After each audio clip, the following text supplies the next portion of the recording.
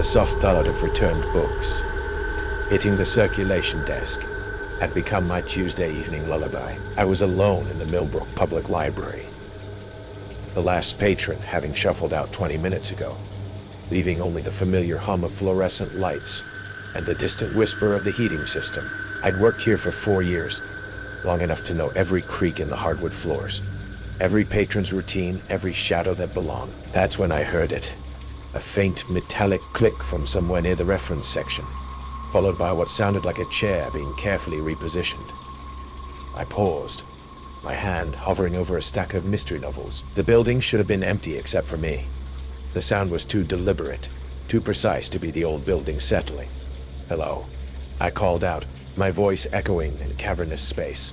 Silence, just the steady tick of the wall clock, and that persistent fluorescent buzz. But something felt different. The air seemed charged with an energy I couldn't identify, as if the familiar space was holding its breath. Was someone still here? And if so, why hadn't they responded to my call? My name is Sarah Chen, and at 29, I've been the evening librarian at Millbrook Public Library since finishing my master's degree. It's a small town institution in upstate New York, the kind of place where the biggest excitement is usually a heated book club debate. The job pays my bills and gives me quiet time to work on my dissertation. But lately I'd been unsettled by one particular patron. For 8 weeks straight, every Tuesday at exactly 2:30 p.m., a man in his mid-40s would enter through the main doors. He was unremarkable in that deliberately forgettable way. Average height, thinning brown hair, always wearing the same navy windbreaker regardless of weather. He claimed the same table in the far corner near the local history section, spread out a black composition notebook and several pens with military precision, and remained there until just before closing. But here's what made him memorable. He never checked out a book, never used the computers, never even seemed to read anything from our collection. He just sat there, occasionally writing in his notebook, his pale gray eyes constantly scanning the room. I tried engaging him in conversation several times. It was part of my job to help patrons, but he'd respond with minimal politeness before returning to his mysterious work. What bothered me most was how he watched people. Not obviously, but I'd catch him tracking families with children, following young women with his gaze as they moved between the stacks. When I mentioned my concerns to my supervisor, Mrs. Patterson, she said, as long as he wasn't causing disturbances, we had to respect his right to use the public space. Tonight felt different. Tonight. He hadn't left when I made the closing announcement. I walked toward the reference section, my footsteps echoing louder than usual on the polished floor. The overhead lights cast long shadows between the tall shelves, transforming familiar aisles into something that felt foreign and threatening. When I reached his usual corner table, my stomach dropped. His navy windbreaker was draped over the chair. The black notebook lay open, revealing a page covered in meticulous handwriting. 3 pens were arranged in a perfect line beside it. A coffee cup sat nearby, still warm to the touch when I brushed against it, but the man himself had vanished. I looked around the reading area, checking behind the reference shelves, and even opening the supply closet. Nothing. It was as if he'd simply evaporated mid-sentence, leaving behind a scene that felt more like evidence than abandoned belongings. My hands trembled as I approached his notebook. Every professional instinct told me to respect patron privacy, but something about this situation screamed danger. The open page contained what looked like a detailed schedule, written in precise block letters. Tuesday 2:30 SC. Begins evening shift, Tuesday 3:15. Children's program ends. Building quieter Tuesday 5. Last family patrons. Leave Tuesday 6:30. SC. Begins closing procedures Tuesday 7:45. SC alone in building SC. Sarah Chen. My blood turned to ice as I flipped to previous pages. Weeks of entries, all documenting my schedule with disturbing accuracy. My lunch breaks, the days I stayed late, even personal details like my car make and license plate number. But it got worse, much worse. The next page contained photographs, printed screenshots from what looked like security camera footage, images of me working at the circulation desk, organizing books, eating lunch in the staff room, Some were taken from angles that suggested hidden cameras. At the bottom of the page, in that same precise handwriting, Phase 2. Behavioral patterns confirmed. Ready for contact. A soft creak came from the second floor. The local history archives that were supposed to be locked after hours. My heart hammered against my ribs as I looked up at the ceiling. Someone was up there. Someone who knew the building well enough to access restricted areas. I grabbed my phone, but there was no signal. A common problem in our building's dead zones. The landline was at the front desk, but that meant crossing the entire library. I was trapped in the back corner with a stalker somewhere above me. Another sound. Deliberate footsteps moving across the floor upstairs. He wasn't trying to hide anymore. He knew I'd found his notebook. He knew I understood what he'd been doing. Sarah. My name drifted down from somewhere above, spoken in a voice that was no longer the whispered politeness I remembered. This voice was confident, possessive. I know you're reading my work. I forced myself to think clearly. The emergency exit was 30 feet away, but it would trigger an alarm, which might actually help.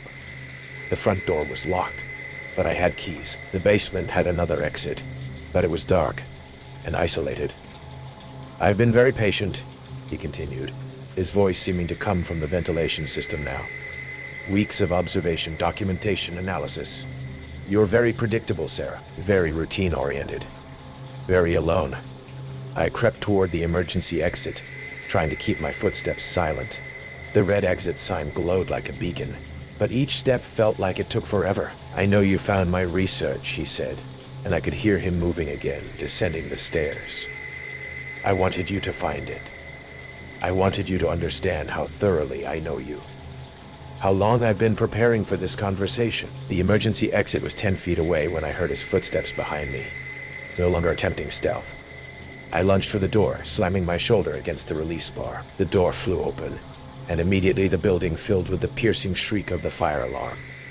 I burst into the parking lot, gasping in the cold night air, and kept running until I reached the street. Behind me, I could see a figure silhouetted in the emergency exit doorway, watching me with that same patient stillness I'd observed for weeks.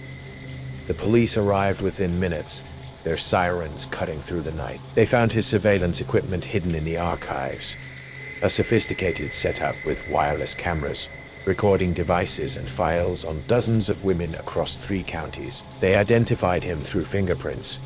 Marcus Webb, a former security systems installer with a history of stalking charges, and a pattern of targeting women who worked alone in public buildings. The investigation revealed he'd been using libraries, community centers, and small businesses as hunting grounds for over 5 years. His method was always the same. Establish himself as a regular patron, study his target's routines, then escalate to direct contact when he felt ready. I was number 12 on his list. He was arrested that night and eventually sentenced to 15 years for stalking, breaking and entering, and possession of surveillance equipment. The other women he'd been watching were contacted and provided with security resources, but the psychological damage was already done. I left the library job and moved to a different state, but the feeling of being watched never fully disappeared. Every routine I establish feels like a vulnerability. Every regular customer or familiar face makes me wonder if I'm being studied again. The most terrifying realization wasn't the physical danger. It was understanding how completely my privacy had been violated without my knowledge. For weeks, I'd gone about my normal life while someone cataloged my every move, turning my predictable routines into a roadmap for assault. Marcus Webb is in prison now, but the knowledge that predators like him exist, patient and methodical, haunts me. They don't lurk in dark alleys. They sit in plain sight, in our libraries and coffee shops and community spaces, watching and waiting and planning. And every Tuesday, when I think about that empty chair and abandoned notebook, I remember that somewhere out there, another Marcus Webb is probably sitting in another library, studying another unsuspecting woman, filling another notebook with another person's life. Because the most chilling truth I learned is that we're all being watched by someone, somewhere. We just don't know it yet. The silence of that library story was truly deafening, wasn't it? But the shelves of real-life horror hold many more untold secrets, and we're about to open another dusty volume. The fluorescent lights in Whitman Library's basement hummed with that electric buzz that makes your teeth ache, casting harsh shadows between the towering stacks of archived journals and forgotten dissertations. I was wheeling a cart of returns through the narrow corridors when I heard it, a soft metallic scraping from somewhere deeper in the basement, like a key being turned in a lock that hadn't been opened in years. I stopped the cart and listened, but the sound had already faded into the building's ambient noise of ventilation systems and settling concrete. Probably just the old pipes, I told myself. But something about the deliberate nature of that scraping made my skin crawl. It wasn't random. It was purposeful, controlled, human. As I continued toward the storage area, I couldn't shake the feeling that someone was watching me from the shadows between the stacks, tracking my movement through the maze of forgotten knowledge that filled the basement's depths. My name is Sarah Chen, and I've been working as a night librarian at Whitman University for exactly 3 weeks. When I first learned about room B12, the head librarian, Mrs. Patterson, had been clear during orientation. The basement had several storage rooms, but B12 was off limits to all staff, except senior administration. Old asbestos remediation area, she'd explained, handing me a master key ring with every key, except that one. Sealed for safety reasons. Never any reason to go in there. It was October 2023, and I was a graduate student in library science, working the overnight shift to pay for tuition. The basement was my domain from 11 p.m. to 7 a.m. A quiet sanctuary where I could study between helping the occasional insomniac student find research materials.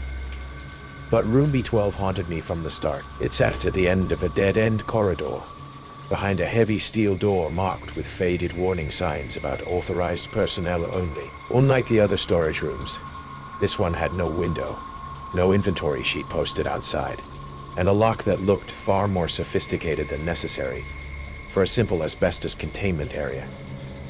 The first suspicious sign came during my second week. I was processing late returns when I noticed something odd. Several students had reported missing backpacks over the past month, all of them last seen in the basement study areas. Campus security had filed reports, but the bags were never recovered. What bothered me was the pattern. All the missing bags belonged to female students who studied alone late at night. All had been working in the basement level when their belongings disappeared. And in each case, the student reported hearing footsteps in the corridors when they thought they were alone. I started paying closer attention to the late-night sounds. The building was old, full of creaks and settling noises, but some sounds didn't fit. Footsteps that stopped when I approached. The soft click of doors opening and closing in areas that should have been empty. And always, that faint scraping sound coming from the direction of room B12. During my third week, I began noticing other details that made my investigative instincts twitch. The corridor leading to B12 was cleaner than the rest of the basement, like someone mopped it regularly. The floor showed subtle wear patterns suggesting frequent foot traffic, despite being supposedly abandoned. Most unsettling, I occasionally caught a whiff of something chemical and sharp in that area. Not the musty smell of old books and dust, but something medicinal and wrong. I started keeping a log of strange incidents. Tuesday night, the elevator had operated by itself, stopping at the basement level with no one inside. Wednesday, I found a student's ID card wedged behind a radiator near the B12 corridor. The same student who'd reported her backpack missing 2 weeks earlier. Thursday, I'd heard what sounded like muffled voices through the ventilation system, coming from somewhere deeper in the building than any official room. The escalation began on Friday night when I encountered him. I was working alone as usual, when a man in his 50s appeared in the basement stacks. He wore a maintenance uniform and carried a toolbox, but something felt wrong about his presence. His eyes were too alert, too focused, and he moved through the basement like he knew it intimately. "Working late?" he asked, his voice pleasant but somehow cold. "Just finishing up some cataloging," I replied, trying to sound casual while my heart hammered against my ribs. "I'm Dave, maintenance supervisor. Been meaning to introduce myself. He extended his hand, and when I shook it, his grip lingered too long. "You're the new night librarian, Sarah, right?" I hadn't told him my name, and it wasn't on any name tag, as you're very thorough in your work. His smile never reached his eyes. Just make sure you stick to the areas you're supposed to be in.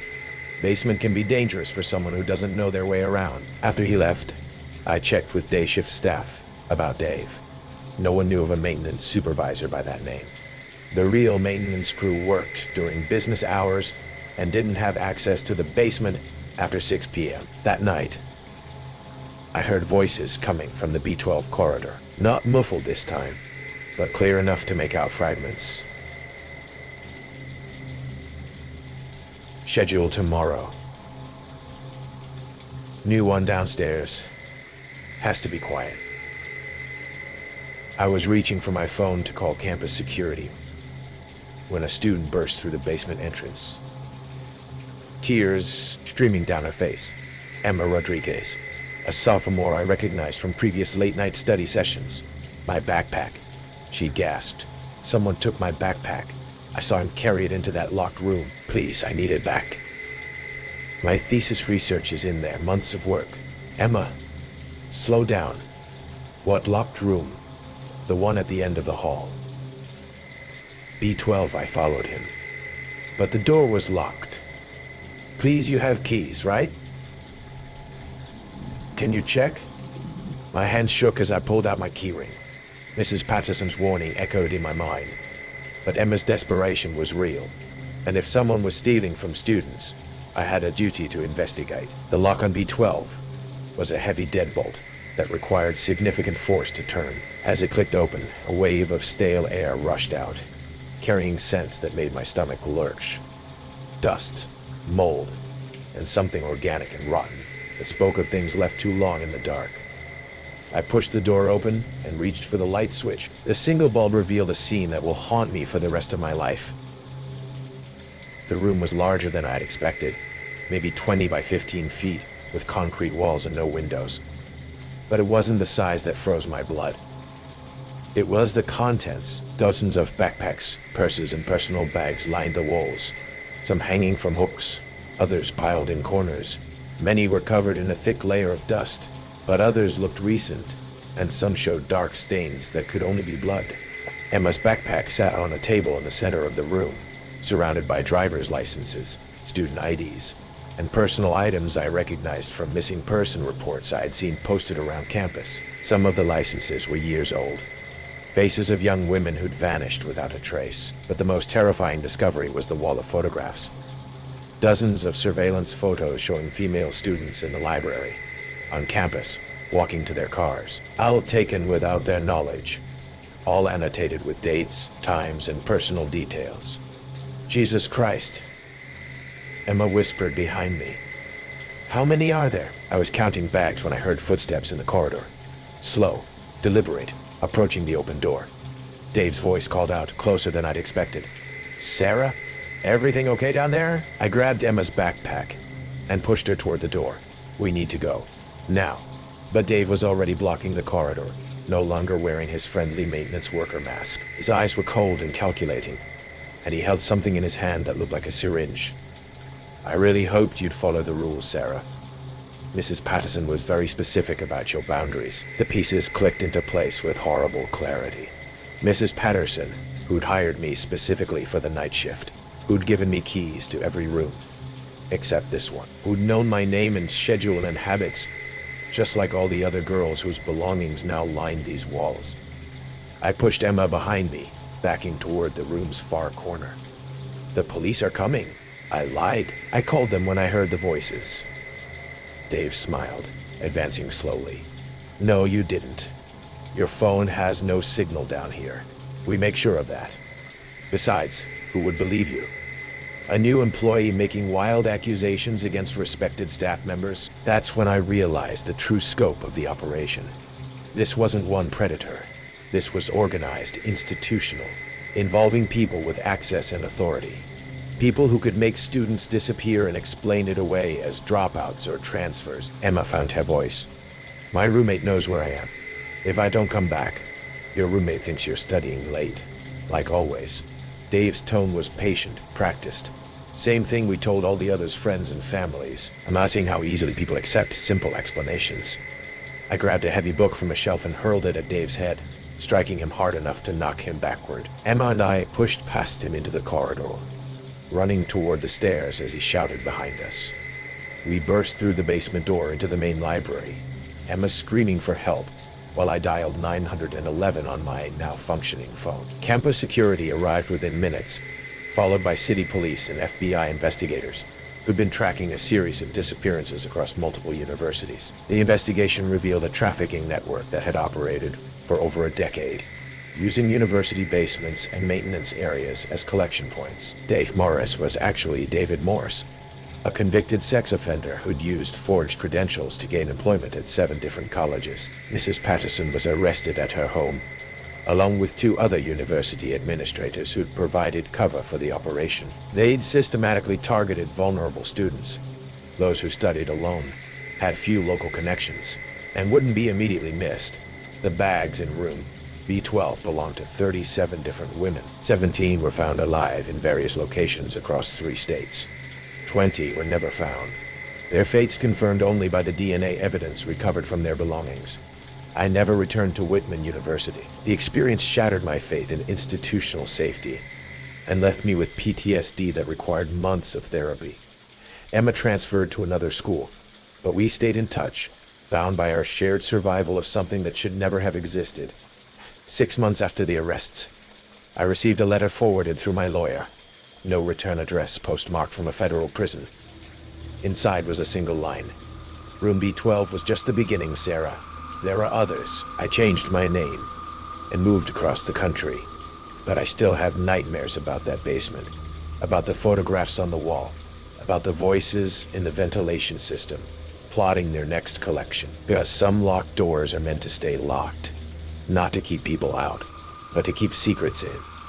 And when you finally open them, you discover that monsters don't just hide under beds or in closets. Sometimes they hide behind master keys and employee badges, and the trust we place in the institutions that promise to keep us safe. And sometimes they're still out there, with new rooms and new locks and new students who study alone late at night, never knowing that someone is watching them through the shadows, planning their disappearance, counting down the days until they become another bag in another basement room. The locked doors are still out there, and someone else has the keys. If the echoes of that library haunted you, prepare yourself. The next chilling true account might just be bound within the pages of a forgotten history. Oh. It was supposed to be just another evening at the city's main library. Nothing special. Finals week had arrived, and as usual, I'd procrastinated way too long. I'd staked out my favorite hidden spot, a secluded study carrel tucked deep within the maze-like stacks on the 4th floor. The muted hum of fluorescent lights, distant whispers, and the comforting scent of old paper had lulled me into a false sense of safety. I told myself I'd rest my eyes for just a minute, but sleep took me quickly. I jolted awake to absolute darkness. My heart skipped a beat as confusion fogged my brain. I blinked rapidly, disoriented. It took me a moment to realize where I was. The library had closed, and I'd been locked inside. My phone read 12:37 a.m. Hours past closing time. A cold wave of panic tightened my chest. How could the librarians miss me? I got up slowly, listening to the silence. The once familiar library now felt unsettlingly foreign. Shadows loomed between shelves like silent sentinels. I swallowed dryly, forcing myself to breathe. That's when I heard it, a faint, rhythmic sound echoing through the stacks. Thump, thump. It sounded unmistakably like the wheels of a librarian's cart being pushed slowly through the aisles. A wave of relief washed over me. Hello? My voice cracked, bouncing uselessly through empty corridors. Is someone still here? Silence answered me. The rhythmic sound stopped abruptly. I waited, straining to hear anything at all. My pulse quickened, anxiety spiking sharply. Had someone heard me? I took slow, cautious steps toward the central walkway, peering through shadows for signs of life. Nothing moved. Thump, thump, thump, thump. It started again, closer this time. Too slow, too methodical. My stomach churned. Why hadn't anyone responded to my call? Hello? I tried again, louder this time, forcing confidence I didn't feel. Silence. The sound halted again, mid-motion.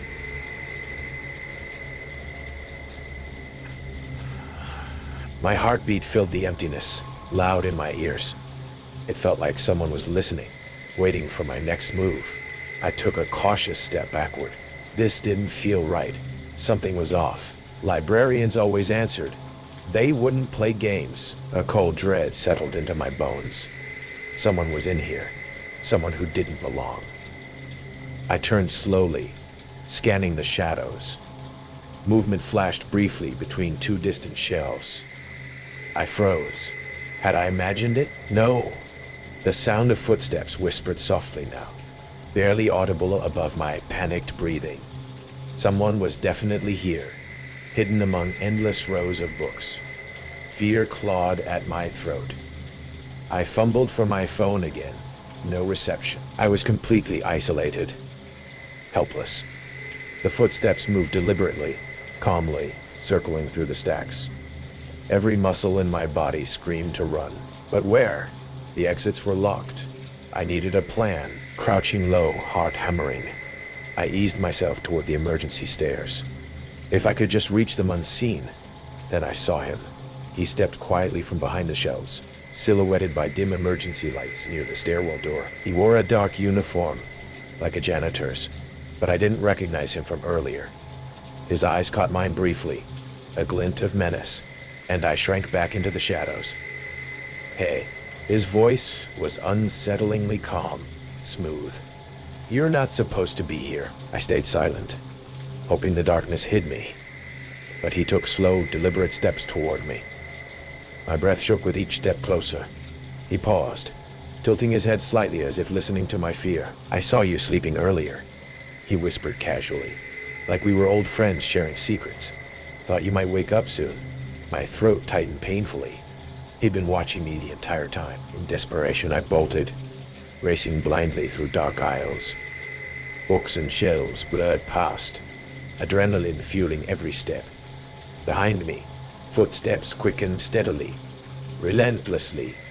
The heavy thud of boots echoed my own frantic rhythm. The emergency exit loomed ahead. My fingers closed around the door handle, locked tight. Panic exploded through me. I was trapped. Footsteps slowed behind me, the stranger approaching leisurely now. He knew I had nowhere to go. I turned, back pressed against cold metal, trembling uncontrollably. He smiled faintly, eyes empty, unreadable. Relax, he murmured soothingly. It's easier if you don't fight. My pulse roared in my ears. Desperation surged. Without thinking, I swung my heavy textbook, striking him hard across the temple. He stumbled sideways, surprise flashing briefly across his face. Seizing the moment, I sprinted back into the stacks. I hid deep within the labyrinth, curled beneath an abandoned desk, heart thundering violently. Minutes stretched unbearably, silence deafening. Had I knocked him out? Had he left? I couldn't risk moving. Eventually, distant footsteps faded away. Silence pressed heavily. I waited until dawn seeped slowly through distant windows, breaking the nightmare spell. Police arrived at first light, called by frantic librarians finding the doors tampered with. They found me shaking, pale, clutching that textbook as if my life still depended on it. Maybe it had. The intruder had vanished, leaving no trace. Surveillance footage revealed little. Just a shadowed figure slipping inside after closing, clearly skilled at evading detection. Authorities assured me they'd find him, but their eyes betrayed doubt. Weeks passed, sleepless nights filled with anxiety. The library installed better security, increased patrols, but I couldn't go back, not even during the day. My sense of safety had shattered permanently. Every shadow, every sudden noise filled me with dread. Eventually, life forced normalcy back upon me. Classes resumed, routines returned. I tried convincing myself the nightmare was over. Then yesterday, I found an envelope tucked carefully beneath my apartment door. Hands trembling, I pulled out a single photograph, grainy, clearly taken from the library's security footage. It showed me sleeping peacefully in my study carrel, completely unaware. On the back, neatly scrawled, a single chilling sentence. You look so peaceful that night. See you soon. Now, as darkness creeps into my apartment and unfamiliar footsteps whisper softly outside my window, I realize the nightmare never truly ended. Maybe he's been watching all along, patiently waiting to finish what he started. It's unnerving to think what untold stories might lurk in the quiet corners of our libraries.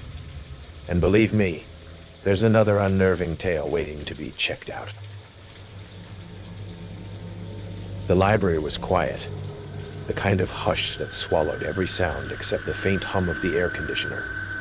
I was shelving returns behind the circulation desk, the smell of old paper and dust clinging to my hands. It was a slow Thursday evening.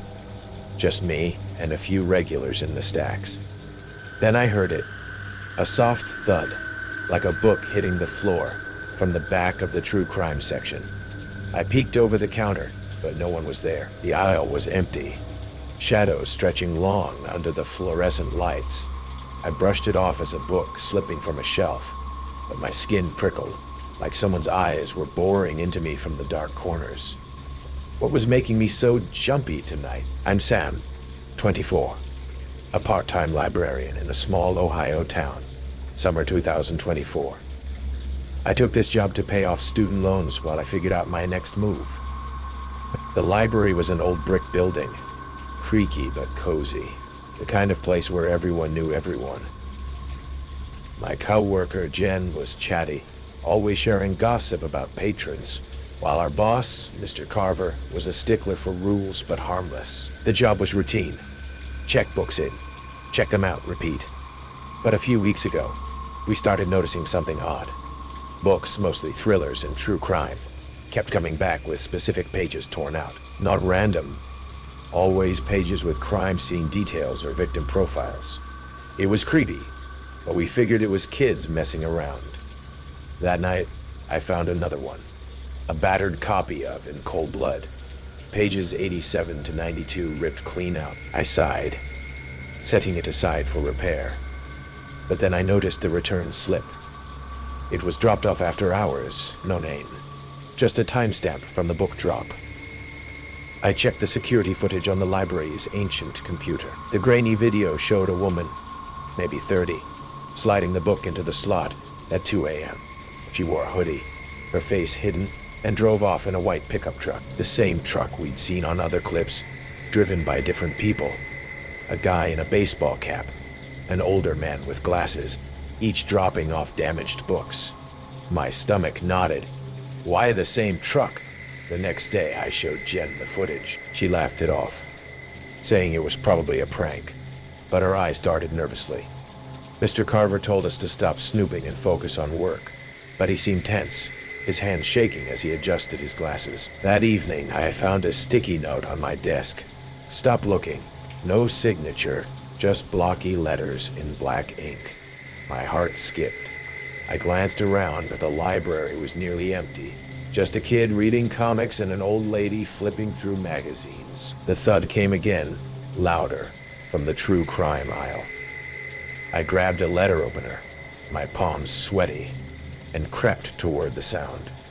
A book lay on the floor, its pages fanned open, more pages torn out. Someone had been here seconds ago. I started feeling watched, like eyes followed me from the stacks. At closing, I locked up alone, the parking lot dark except for the streetlights buzz.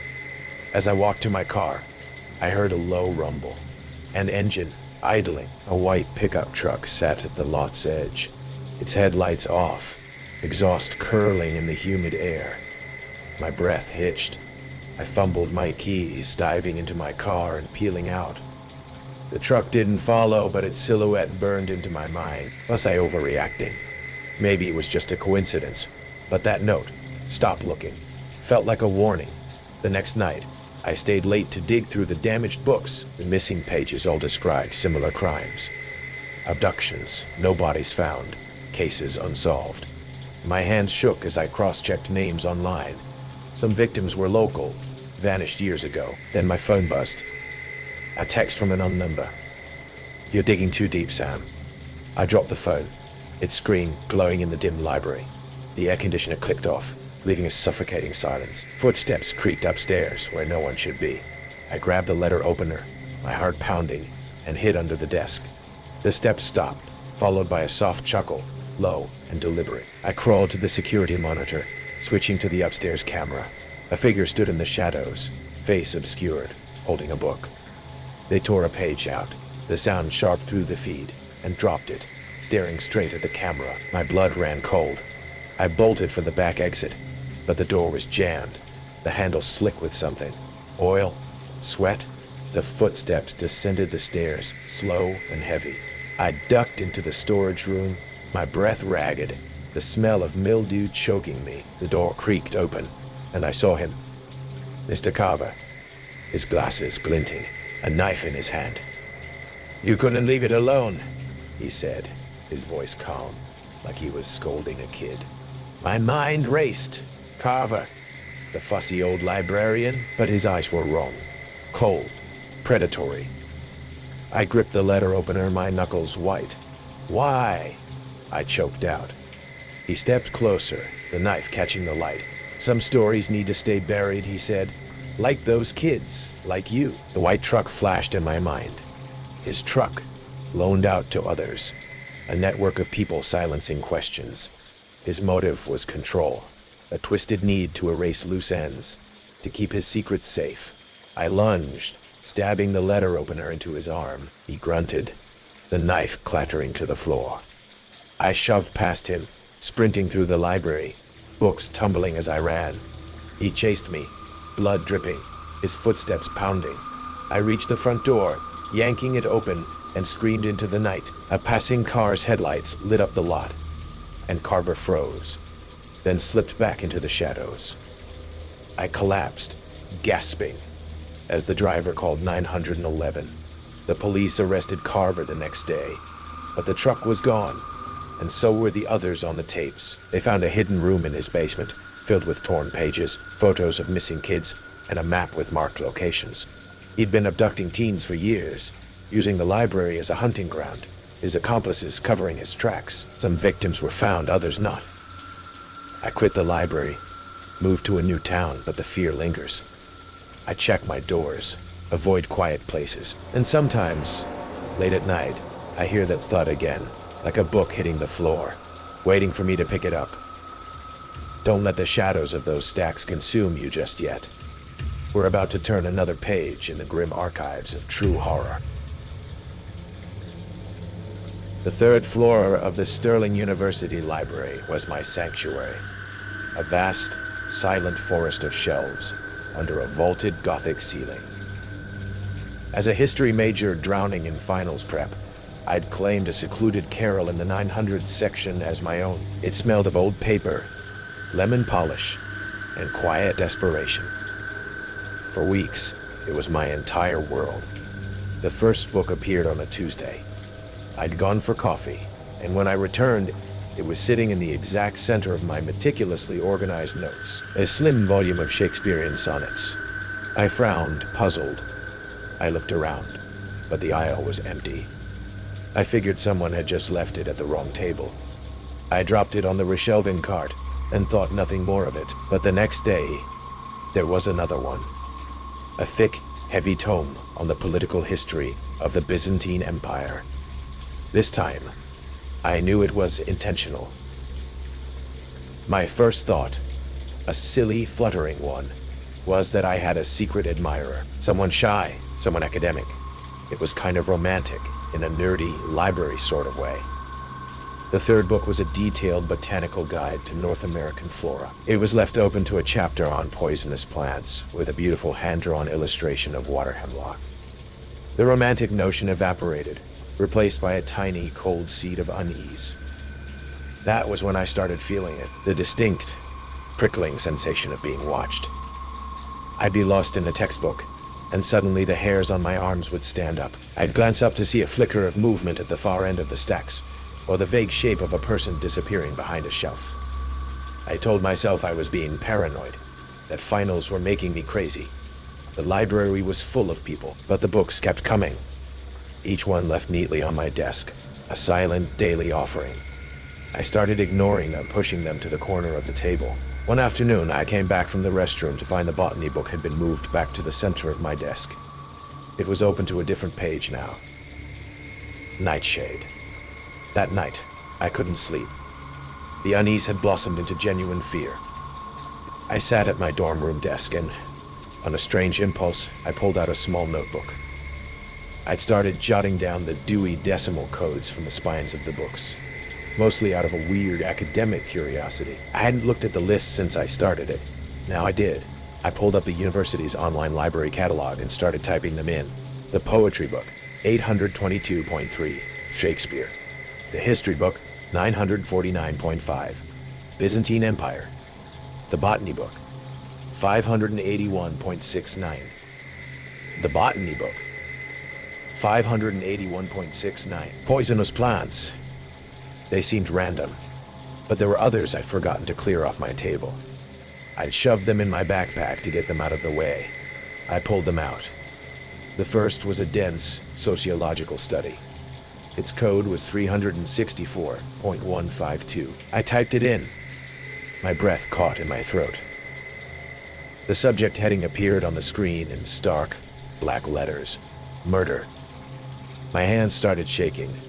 I typed in the next one. A medical textbook. 614.9. Forensic pathology. My heart was hammering. I grabbed the last book. A thin volume on victim advocacy. 362.88. Victims of violent crime. It wasn't a secret admirer. It was a story. A threat told in the library's own secret language, and I was the intended audience. The next day, I didn't go to the library. I couldn't. I reported it to campus security. An officer took my statement with a look of bored indifference. Probably a prank, miss, he'd said. Some student's idea of a joke.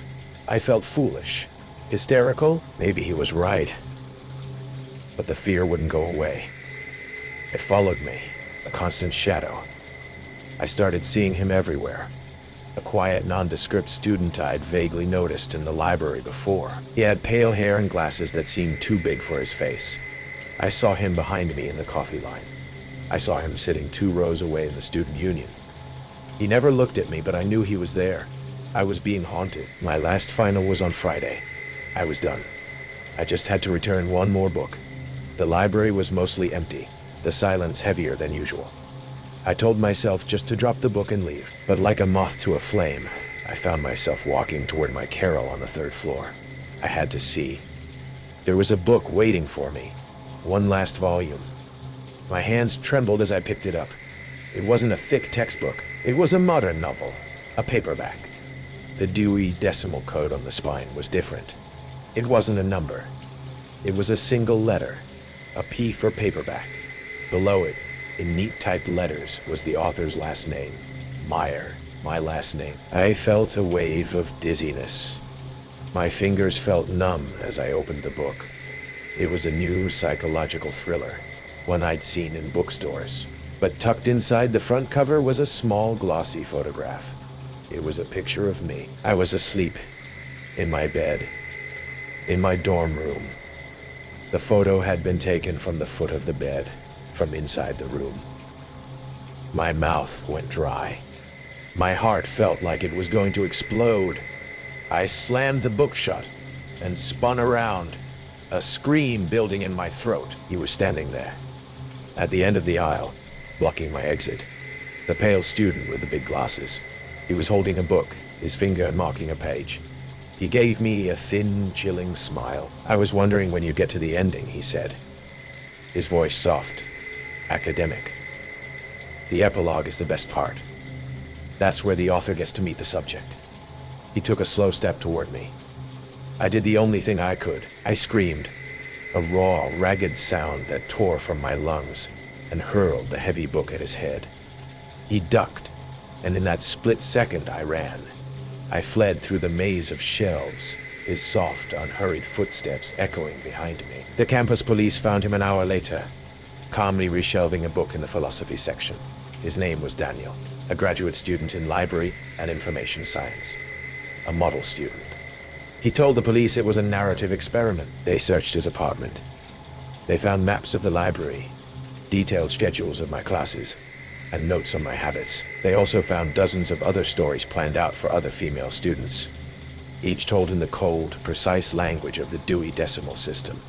My story was the only one that had reached the final chapter. They found a box of photographs, just like mine, and a collection of small trophies, a single earring, a student ID, a silk scarf, and they found his journals. He wrote about how the system was perfect, logical, how it could classify anything, even a person's life. He wasn't just planning to scare them. The final book in each of his stories was always the same. 393. Death Customs. I left Sterling at the end of that semester. I can't stand the quiet anymore. The smell of old books makes me physically sick. They say Daniel is in a secure hospital now. They say he's responding well to treatment. But yesterday, a small padded envelope arrived at my new apartment. There was no return address. Inside was a library card. Not from Sterling, but from the public library in the city where I live now. And taped to the back was a small, neatly folded piece of paper. On it were two numbers, written in a familiar, precise hand. 900 in the familiar, precise hand. 973. U.S. History. 977.434. History of Detroit. The city where I was born. The city I told no one I was from. The story isn't over. He's just started a new collection. The weight of history and unspoken dread can be immense in places like libraries. And the next story is a stark reminder of the dark tales they truly hold.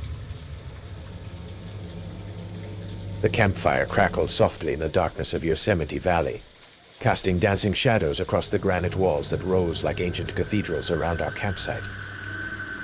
My wife Jenny was roasting marshmallows for some more, the sugar caramelizing with that perfect burnt sweet smell that takes you back to childhood summers. Everything felt peaceful, normal, exactly what we'd needed after months of city stress and work deadlines. That's when I heard it, a wet, phlegmy cough coming from the blue dome tent pitched maybe 15 feet from ours. The sound was harsh and prolonged, like someone trying to clear fluid from their lungs. I glanced over at the tent, noting its perfect condition and expensive brand, but something felt off. We'd been at this campsite for 2 days, and I'd never seen anyone go in or out of it. "Did you hear that?" I whispered to Jenny. She looked up from the fire, marshmallows still dripping from her skewer. "Hear what?" The coughing had stopped, but now I was watching the tent with new attention, noticing details that hadn't registered before. The zipper was closed completely. No camp chairs outside. No cooler equipment visible. Most telling of all, no footprints in the dirt around the entrance, despite the soft earth that should have shown signs of daily traffic. My name is Tom Mitchell, and I'm a 34-year-old insurance investigator from Sacramento. Jenny and I had driven up to Yosemite for a long weekend in September, hoping to decompress and reconnect after a rough patch in our marriage. We'd reserved Campsite 47 in Upper Pines Campground, one of the valley's most popular camping areas, surrounded by families and outdoor enthusiasts from around the world.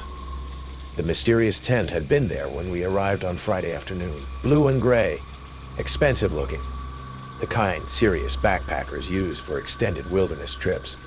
What struck me as odd was its position. Perfectly pitched, guy lines taut, but with no signs of human habitation around it. "Maybe they're just really tidy campers," Jenny had suggested when I first mentioned it. But as Saturday progressed, my investigator instincts kept nagging at me. No one emerged for meals, bathroom breaks, or to enjoy the perfect weather. The tent remained sealed and silent throughout the entire day, like a tomb in the middle of a bustling campground. That night, the sounds started. Around 2 a.m., I woke to rustling fabric, the distinctive sound of someone moving inside a tent, trying to be quiet but not quite succeeding. Then came that cough again, wet and persistent, followed by what sounded like whispered conversation, not loud enough to make out words, but definitely human voices, at least 2 different tones. I nudged Jenny awake. "Listen," I whispered. We lay there in our sleeping bags, straining to hear. The sounds continued for maybe 20 minutes. Movement, coughing, and those strange whispered exchanges. Then silence. In the morning, I walked casually past the blue tent, pretending to head for the restrooms. Up close, I could smell something wrong. A musty, organic odor that reminded me of wet leaves and decay. The tent fabric looked pristine, but there were dark stains near the bottom. And when I bent down to tie my shoe, I noticed the ground underneath was different from the surrounding area, darker and slightly sunken. "Tom, you're being paranoid," Jenny said when I shared my observations over coffee. "People camp differently. Maybe they're night owls, or they have some kind of medical condition that makes them stay inside during the day." But Sunday night proved her wrong. The sound started earlier this time, around midnight. Not just movement and coughing, but something that made my blood run cold. A rhythmic scrapping, like metal on stone, coming from directly beneath the tent. It went on for hours, punctuated by those wet coughs and urgent whispers. I grabbed my flashlight and unzipped our tent flap slightly, peering out into the darkness. The blue tent was maybe 30 feet away, and I could see it moving. Subtle bulges and shifts in the fabric, like something large was moving around inside, but the movement seemed wrong somehow. Too low to be someone sitting up, too fluid to be normal human activity. "Tom, what are you doing?" Jenny whispered, but I held up my hand for silence. That's when I heard something that made my skin crawl. A woman's voice, thin and desperate, saying, "Please, I can't." Not again. The words were barely audible, but the terror in them was unmistakable. I was reaching for my phone to call 911 when the scraping sound intensified, followed by what sounded like dirt being moved, shoveled, redistributed. Someone was digging, and they were doing it from inside the tent. "Jenny, get dressed," I whispered urgently. "We're getting out of here." "What?" "Tom, it's 3 a.m. "What's going on?" "Something's wrong with that tent, really wrong. We need to find a ranger." We threw our essentials into one bag and quietly broke camp, loading our car in the darkness while keeping one eye on the blue tent. As we drove toward the campground entrance, I could see it in my rearview mirror, still shifting and moving in the beam of the security lights. The ranger station was closed, but we found Ranger Martinez making his late-night security rounds. When I explained what we witnessed, his expression grew serious. "Blue tent, Site 48, he asked. "We've had reports about that area before. Campers complaining about noises, strange smells. But every time we check during the day, there's nothing." "Will you check it now?" I asked. "I'll take a look, but if someone's legally camping there, there's not much I can do about noise complaints." We followed Martinez back to the campground in our car, watching as he approached the blue tent with his flashlight and radio. He called out standard ranger protocol. "Hello? Park service? Anyone in there?" No response. He circled the tent, examining it with his light, then did something that surprised me. He knelt down and pressed his ear to the ground near the entrance. After a moment, he stood up and used his radio. "I need backup at Upper Pines, Site 48, and bring the shovel from maintenance."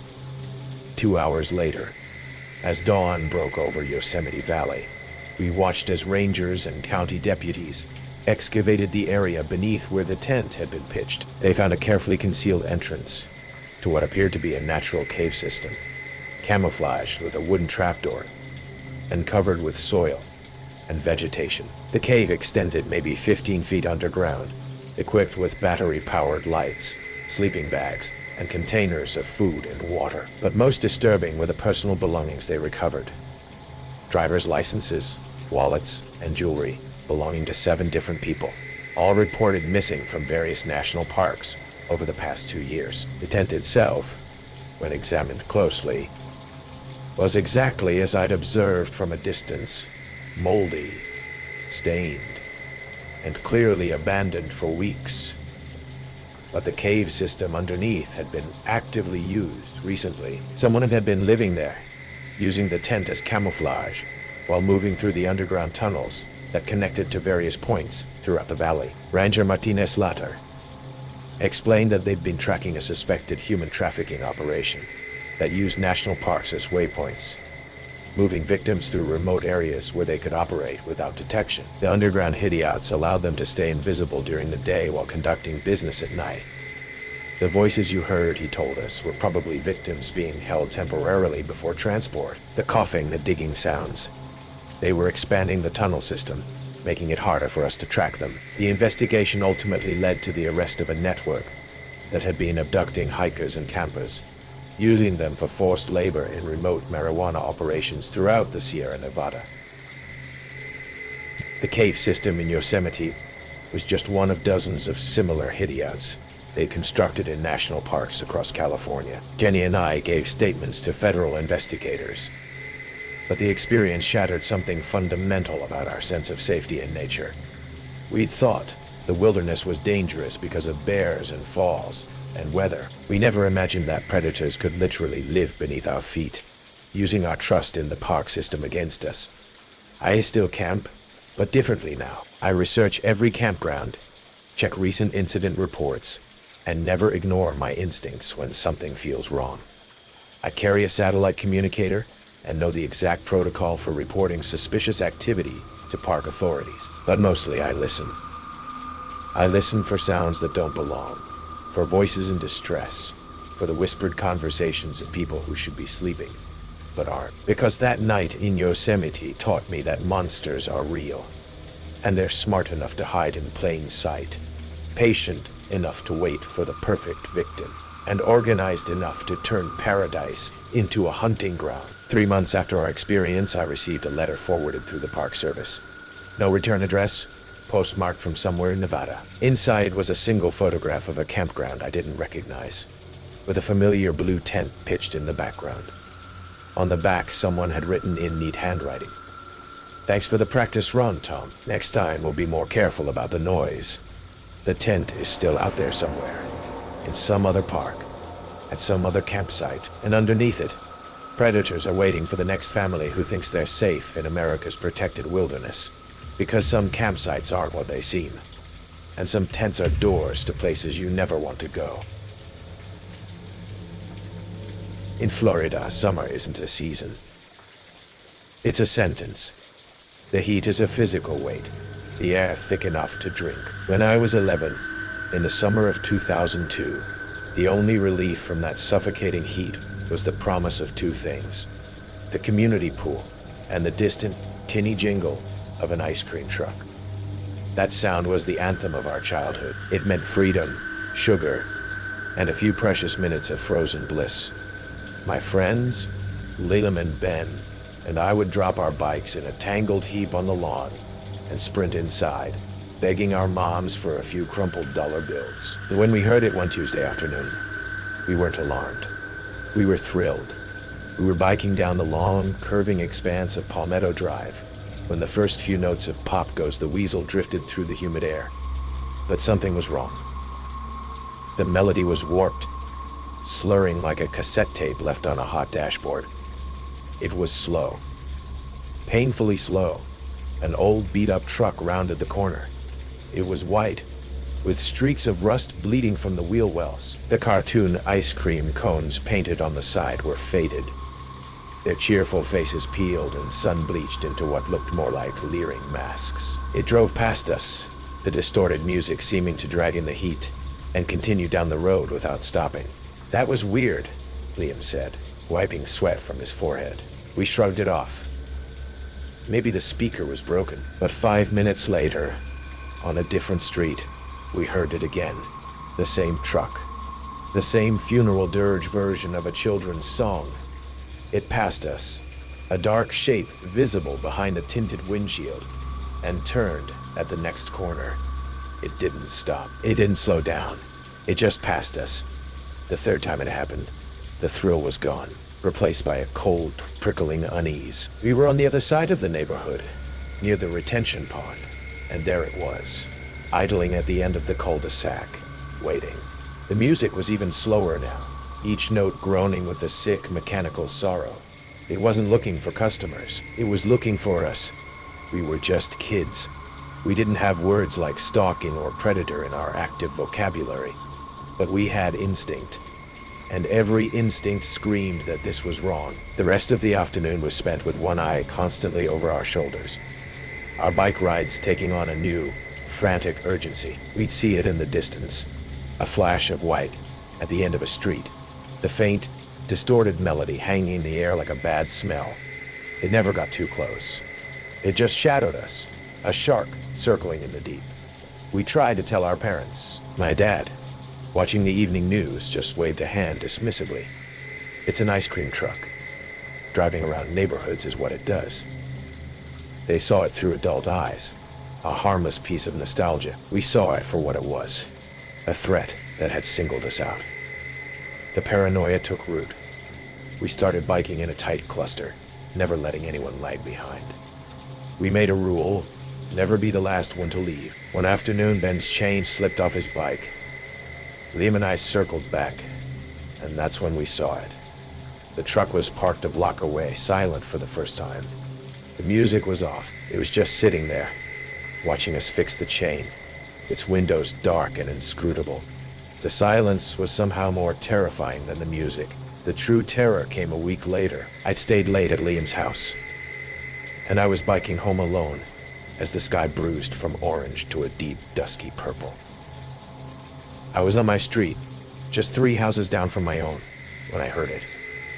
The slow, dragging notes of Pop Goes the Weasel. I turned. The truck was at the far end of the street, its single headlights cutting 2 perfect cones through the twilight. It started moving toward me, a lumbering metal beast. I pedaled as hard as I could, my small legs pumping furiously, my heart trying to beat its way out of my chest. The jingle seemed to chase me, clinging to my back. I threw my bike in the driveway and sprinted for the front door, fumbling with the keys, my hands shaking. I didn't look back until I was safely inside, the deadbolt locked.